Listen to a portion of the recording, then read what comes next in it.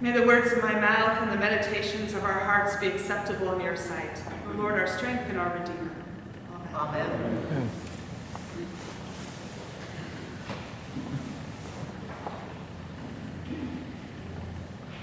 Well, it's great to see you and to be back in church worshiping with all of you again.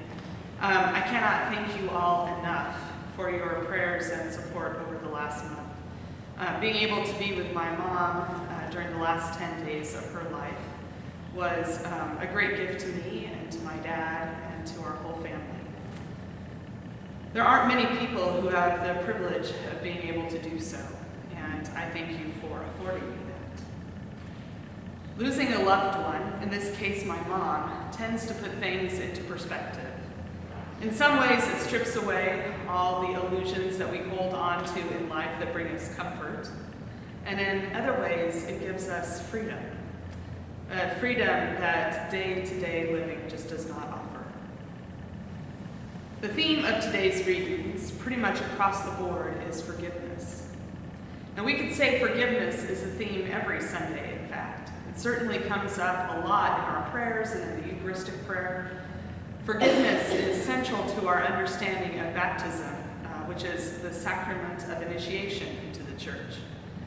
But today the readings dive deep into this topic, from David and Nathan to what the psalmist has to say, to Paul, who though he speaks in terms of justification, is, I believe, really getting at what forgiveness provides us, which is right relationship with God and with one another.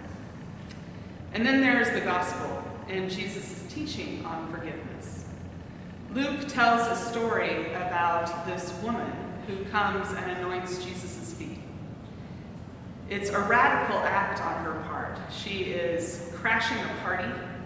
She's weeping, cleaning Jesus' feet with her tears, drying them with her hair.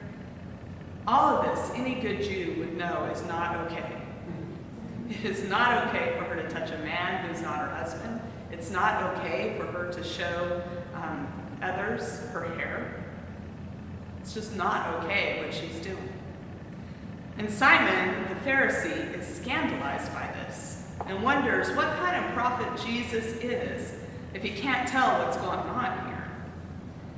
But Jesus knows what Simon's thinking, and so he teaches him with a parable.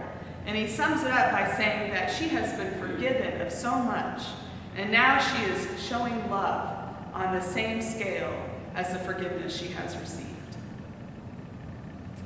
And there is one sentence in this gospel passage that has been a bit of a scandal on its own. It was a point of intense debate during the Reformation era about 500 years ago. In our translation, that one sentence reads, "Therefore I tell you, her sins, which were many, have been forgiven. Hence she has shown great love."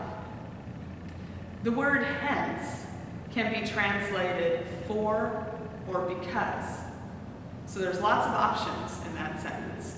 So if we translated it because, it would read, "Her sins, which were many, have been forgiven because she has shown great love."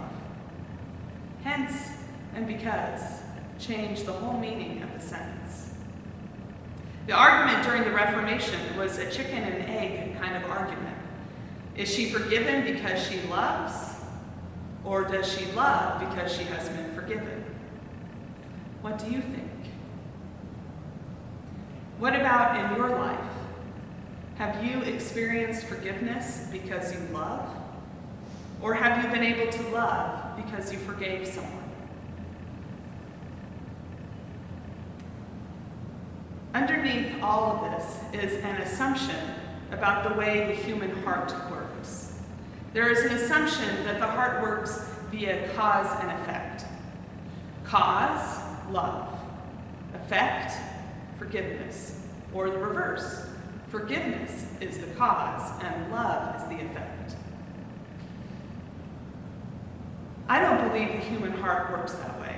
And I know in my own experiences of being forgiven, the chicken and egg argument is just unsolvable. Love and forgiveness are related to each other, very much so, but not in a cause and effect kind of way.